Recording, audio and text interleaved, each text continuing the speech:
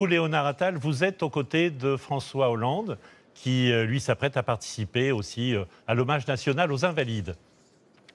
Oui, Jacques, tout à fait. Avec François Hollande, merci Monsieur le Président de nous accorder quelques minutes avant de prendre le chemin des Invalides. On peut même dire que Jacques Delors a été l'un de vos mentors au début de votre carrière. Quel héritage politique laisse-t-il selon vous?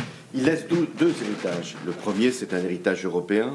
Il a bâti avec François Mitterrand et Helmut Kohl dans une période qui était quand même très difficile, puisque c'était l'effondrement du mur de Berlin, la réunification de l'Allemagne, comment l'Europe allait-elle pouvoir franchir cette nouvelle étape. C'est lui, avec ses deux hommes d'État, Mitterrand et Kohl, qui a bâti l'Europe telle qu'elle est aujourd'hui, avec un grand marché, une monnaie unique, des institutions, et une libre circulation à l'intérieur. Mais l'héritage, il est aussi politique. Jacques Delors était, moi, ce que j'appelle un ingénieur du social. C'était un homme profondément social-démocrate, qui avait été inspiré par un parcours syndical et qui cherchait à chaque fois comment comprendre la société, comment trouver les compromis et comment faire avancer le progrès. Il l'avait fait dans une période où il était haut fonctionnaire auprès de Chaban-Delmas. Il l'avait fait avec François Mitterrand comme ministre des Finances et il continuait d'une certaine façon à le faire quand il était à Bruxelles. Est-ce qu'il y a un souvenir en particulier que vous chérissez de vos années de Delors et que vous pourriez nous raconter? Peut-être une passion commune, le sport. Jacques Delors lisait l'Équipe, pardon d'en faire la publicité, c'était son premier journal. Et il avait une connaissance non seulement des équipes de football françaises, mais aussi belges, allemandes. Bref, il était européen aussi de ce point de vue-là. Enfin, pour le Tour de France, il était incollable et il arrêtait même des réunions pour suivre la fin de l'étape. Merci François Hollande, merci Monsieur le Président de nous avoir accordé quelques minutes. On vous laisse rejoindre donc les Invalides pour cet hommage national à Jacques Delors. Merci, Monsieur le Président.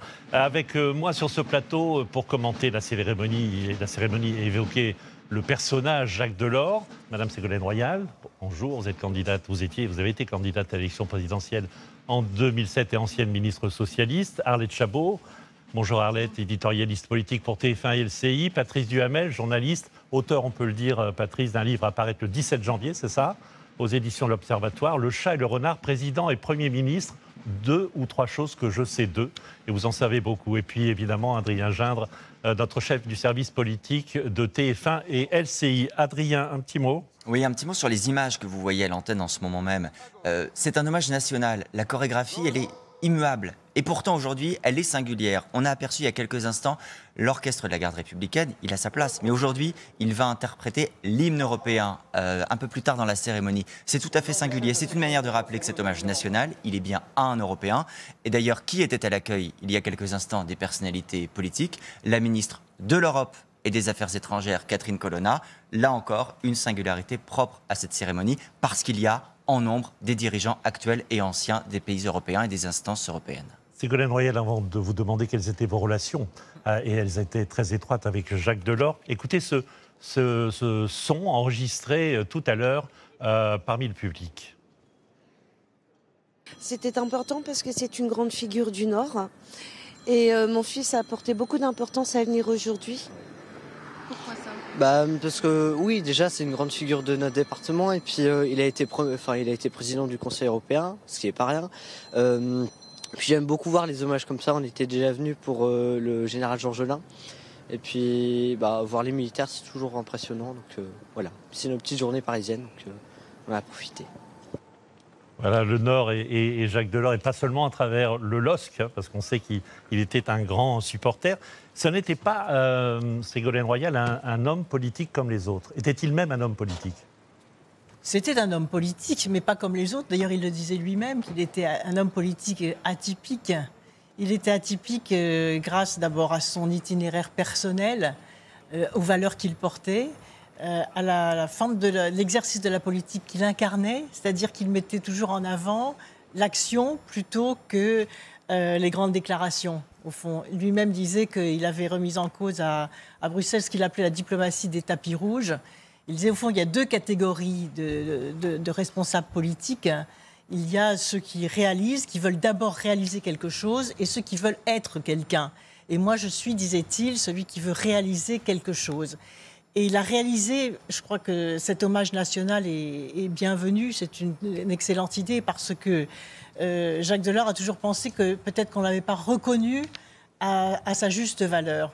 Et c'est ça qu'il avait attendu en 95, au fond, c'est qu'il y ait un rassemblement, un bloc autour de lui pour reconnaître ce qu'il avait fait. Je crois que l'on peut dire que si la gauche est restée pendant 14 ans aux responsabilités, c'est grâce à Jacques Delors et au risque qu'il a pris de 81 à 83 quand il était ministre de l'économie et des finances, en appelant à la rigueur. Oui. Et la seconde chose, c'est ce qu'il a fait après la chute du mur de Berlin de façon prodigieuse, c'est-à-dire avec une vision et surtout avec une méthode, parce que c'était un passionné de la négociation.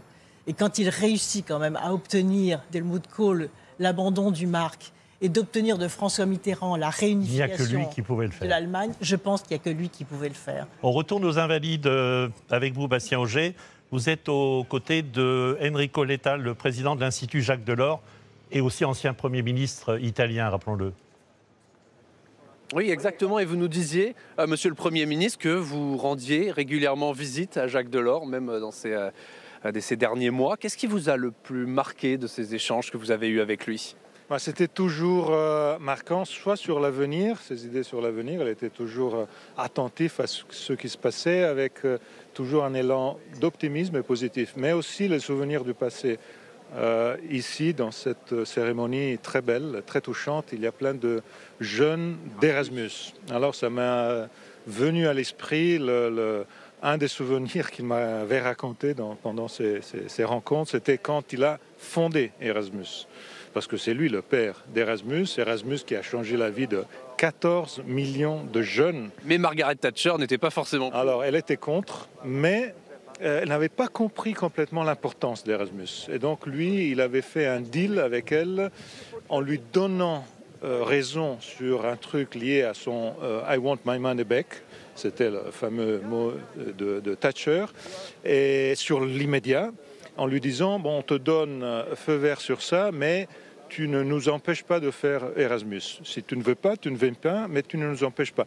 Je pense qu'elle n'avait pas compris l'importance d'Erasmus, parce que sinon, elle n'aurait pas donné le feu vert. Et Erasmus a été très, très important. Parce que ça lui tenait à cœur. Merci beaucoup, Enrico Letta. Merci, on va vous laisser rejoindre cette cérémonie.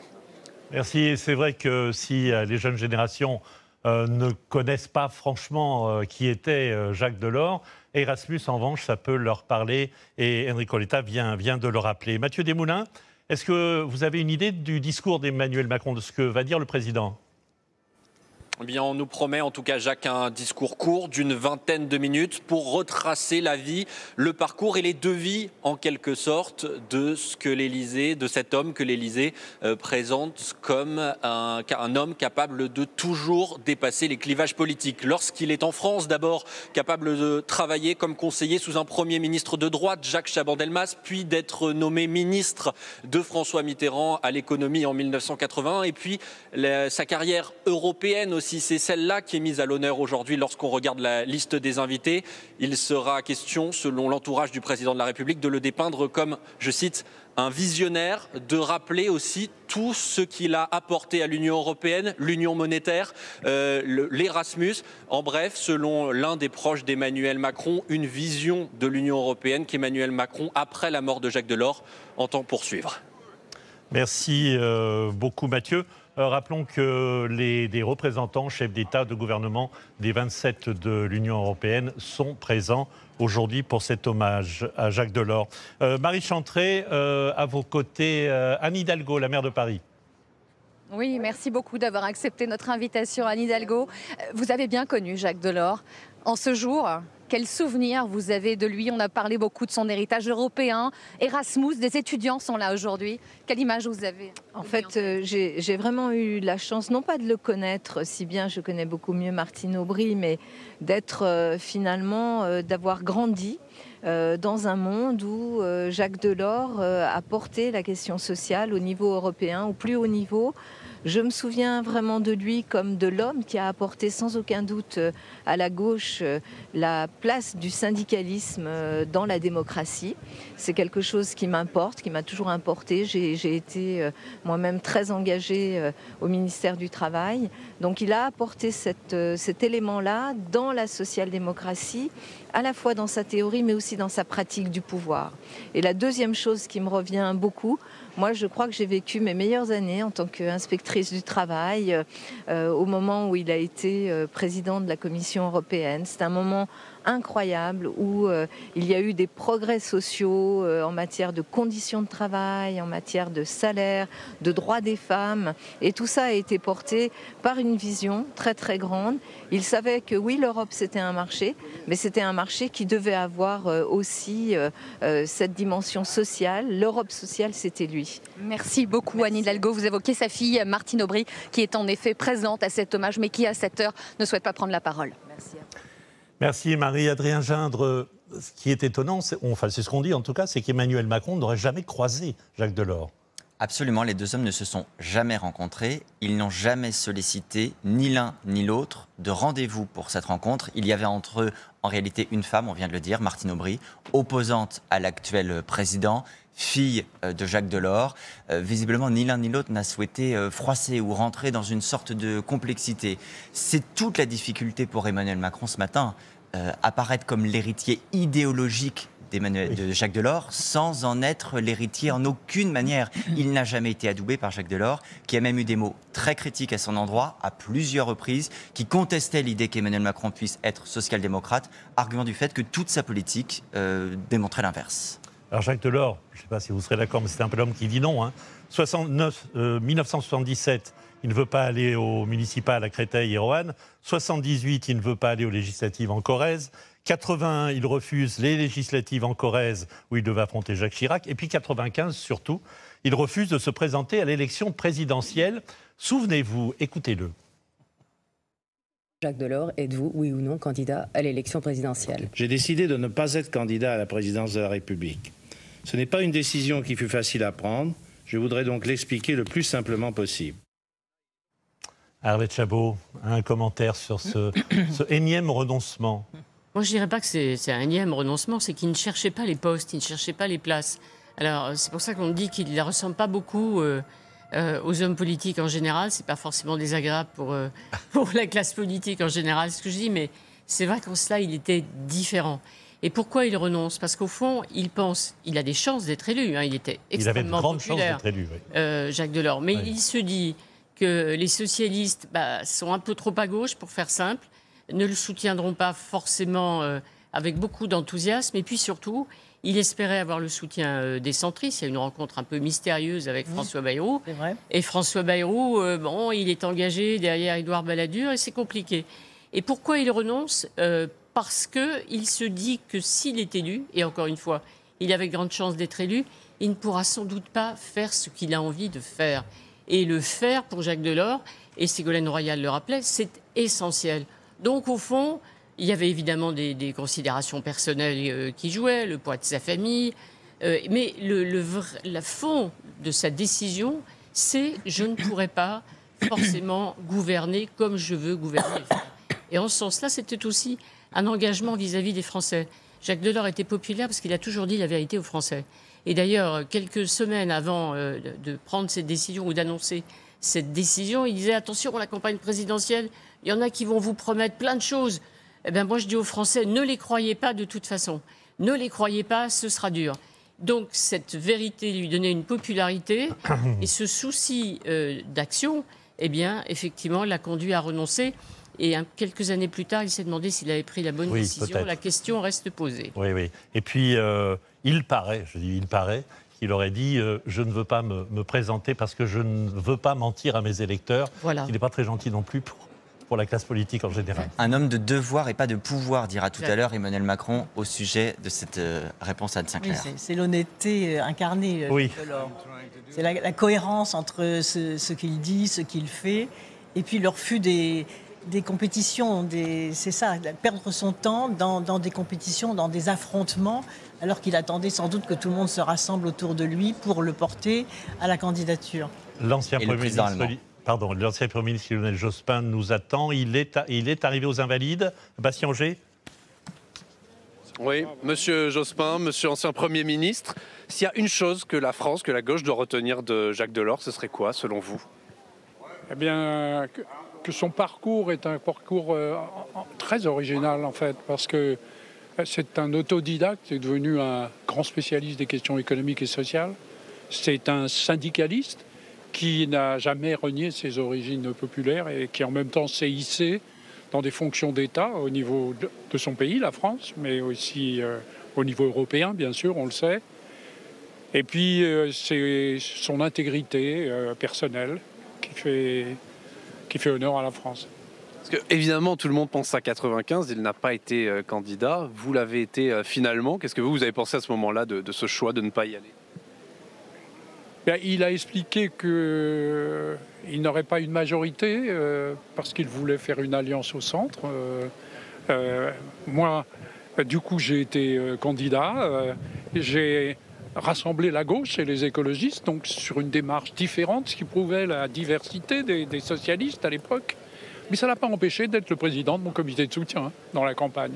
Merci beaucoup Lionel Jospin d'avoir répondu à nos questions. Merci Monsieur Jospin. Robert Ménard, vous êtes aussi présent ce matin aux Invalides, maire d'hiver droite de Béziers dans l'Hérault. Jacques Delors, c'était l'Europe libérale, c'était la monnaie unique. Est-ce que c'est l'Europe dans laquelle vous vous reconnaissez ? Écoutez, c'était cette Europe-là, mais c'est aussi l'Europe généralement, il incarnait ça. Et l'Europe, permettez-moi de rappeler un basique, c'est la paix.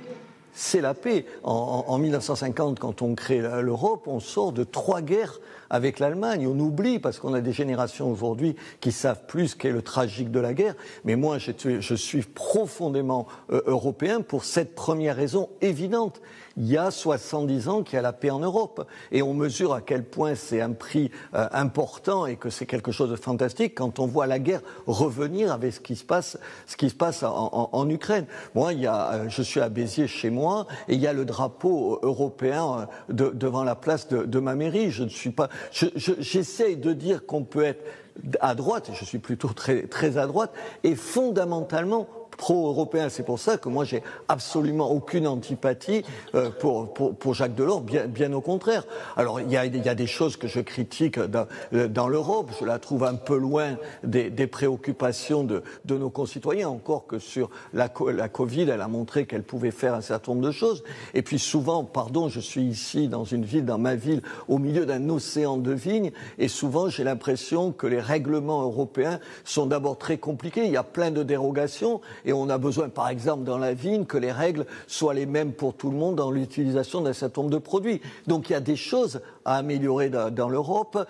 C'est vrai qu'il y a une bureaucratie, et c'est facile de le dire, une bureaucratie européenne à Bruxelles, mais attention de ne pas en faire un bouc émissaire. Même si, sur des terrains, par exemple, sur l'immigration, on a eu une espèce de doxa soi-disant humaniste et en réalité qui laissait passer à peu près tout, qui a beaucoup pénalisé notre pays. Mais le bilan de l'Europe, il est évidemment positif, Merci beaucoup Robert Ménard. Petite correction, vous n'êtes pas aux Invalides, mais vous êtes chez vous à Béziers. François Bayrou aussi, lui, vient d'arriver. Marie Chantrey, vous êtes à ses côtés ?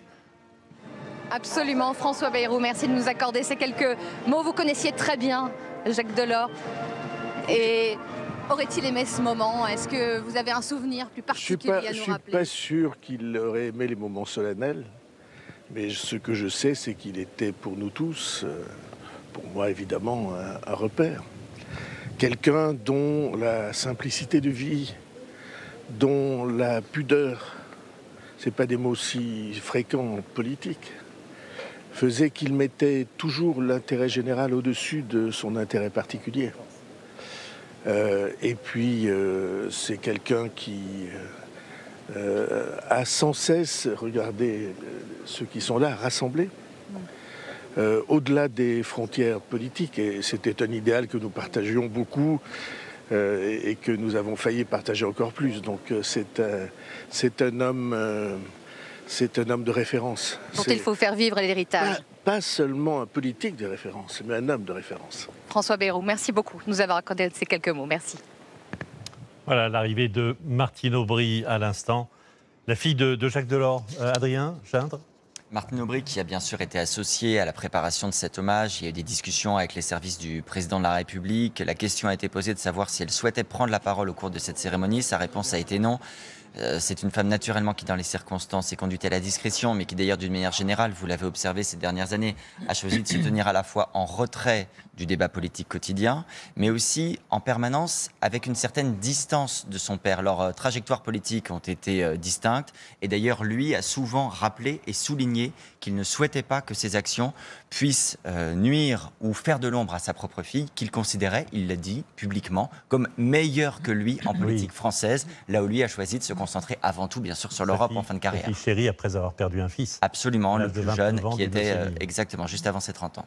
Alors, toute l'Europe se retrouve évidemment aujourd'hui aux Invalides, à commencer par Charles Michel, le président du Conseil européen. Merci beaucoup, Charles Michel, de passer un petit peu de temps avec nous. Qu'est-ce que l'Europe doit retenir de Jacques Delors? Qu'est-ce que vous, à titre personnel, vous en retiendrez? À titre personnel, moi, je pense à Jacques Delors comme étant le père de Erasmus, parce que j'étais un des millions d'étudiants qui avaient ce programme de brassage intellectuel, de brassage sur le terrain universitaire. Mais plus profondément, je pense qu'il a été un des bâtisseurs du projet européen. Après, les pères fondateurs, ensemble avec Helmut Kohl, François Mitterrand et d'autres, c'est bâtir une Europe de l'intégration économique, une Europe de la zone euro. À son époque, quand il a dû prendre la Commission, il y avait 10 États membres, aujourd'hui on est 27, beaucoup de progrès a été réalisé et on voit que beaucoup de semences qu'il a essaimées au moment où il était prendre la Commission, aujourd'hui restent d'actualité, plus d'intégration économique, plus d'innovation et puis la sécurité et la défense. Merci beaucoup Charles Michel d'avoir répondu à notre question. Patrice Duhamel, pour vous, Jacques Delors, c'est, vous me dites si je me trompe, c'est l'homme de gauche mais qui a fait une partie de politique de droite. Je pense que c'est à la fois, ça se ressemble, la social-démocratie et un centriste de gauche. Et effectivement, s'il avait été candidat et s'il avait été président de la République, je pense qu'il aurait plutôt gouverné du côté du centre-gauche.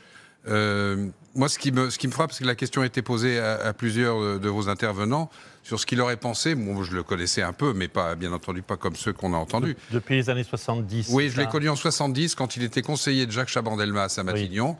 Oui. Et Chaban, que je connaissais très bien, m'avait dit viens prendre un café avec nous, je vais te présenter un type extraordinaire. Oui. Alors il disait pas comme François Hollande tout à l'heure, ingénieur du social, mais il me dit c'est le plus grand mécanicien du social que je connaisse. Je le connaissais à peine, m'a-t-il dit, il y a 3 mois. Il est avec moi à Matignon depuis depuis juillet-août. C'est un type extraordinaire. Et j'ai pris un café avec les deux. Et il était surtout, ce qui m'avait frappé, d'une humilité incroyable. Il disait tout le temps, je suis pas... Pardon, Ségolène Royal. Je ne suis pas un énarque, je ne suis pas un polytechnicien. Et Chaban ajoutait, oui, mais c'est toujours lui qui a raison contre les énarques et contre les polytechniciens. Et puis, je pense que ça l'aurait amusé, ce qu'on voit depuis une demi-heure. Parce qu'il a quand même été, on peut le dire, il a quand même été incroyablement entravé et critiqué, je veux dire, les 2 premières années de 81, jusqu'à ce qu'il pousse avec d'autres, François Mitterrand, à faire cette fameuse pause et cette fameuse nouvelle politique. Il était très réservé, critique, voire hostile sur la mise en œuvre aussi rapide de toutes les 110 propositions du... Il avait dit, je crois, on va dans le mur, on va dans le mur. Voilà, ouais, et en privé, parce qu'il avait un caractère vraiment très marqué, comme sa fille Martine d'ailleurs, et en privé, il était extraordinairement dur. Il a fini par avouer qu'il avait quand même démissionné 3 fois. Parce qu'on lui prêtait des démissions hebdomadaires, mais il avait vraiment dit 3 fois, là, si vous faites ça, je m'en vais et c'est non négociable. Ségolène Royal, un commentaire sur ce que vient de dire Patrice? Oui, c'est assez juste. Cela dit, ce que Jacques Delors aurait aimé, je pense, que l'on dise de lui, c'est que c'était un lanceur d'idées et qu'il avait révolutionné les relations sociales, parce qu'on le présente comme centriste ou centre... On ne sait pas trop, en fait. Non, c'est-à-dire que pour certaines actions, en effet, il était peut-être centriste, mais il n'aimait pas que l'on catalogue justement ce qu'il faisait. Il disait au contraire, je suis révolutionnaire aussi dans certains autres domaines, et en particulier la question des relations sociales.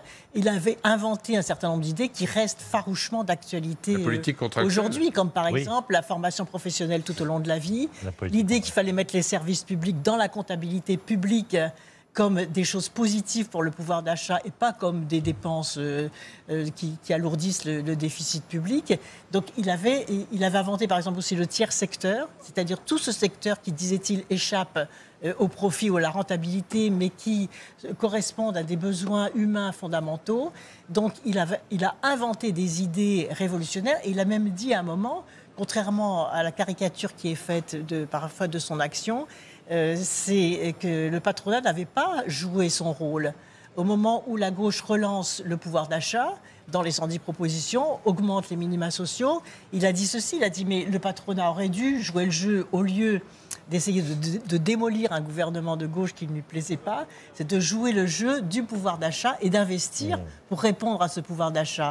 Il regrettait justement que le patronat ait été suffisamment réactionnaire, trop réactionnaire, pour accompagner la relance de la gauche. On dira un mot tout à l'heure du club des témoins auquel vous avez appartenu. Adrien. Un mot sur les images qu'on vient de voir il y a quelques instants et qui dit combien aussi l'Europe a changé par rapport à ce que Jacques Delors avait voulu construire. Viktor Orban, le Premier ministre hongrois, était à l'image juste avant.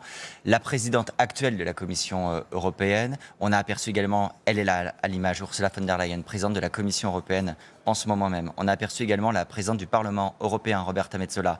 Tous les noms que je viens de citer n'ont politiquement à peu près rien à voir avec ce que Jacques Delors incarnait, la plus proche étant Ursula von der Leyen, qui elle croit à l'Europe. Les autres ont quand même une approche beaucoup plus critique en réalité. Parce que Viktor Orban, les temps ont changé aussi. Les nationalismes ont ressurgi, la politique s'est radicalisée, les temps ont changé. Madame Royal, on écoute Ursula von der Leyen. Jacques Delors, son héritage est immense.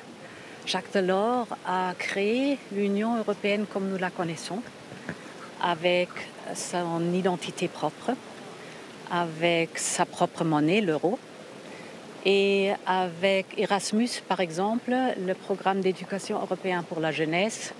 En somme, Jacques Delors a donné une âme à l'Union européenne, et c'est ce qu'on commémorait ici.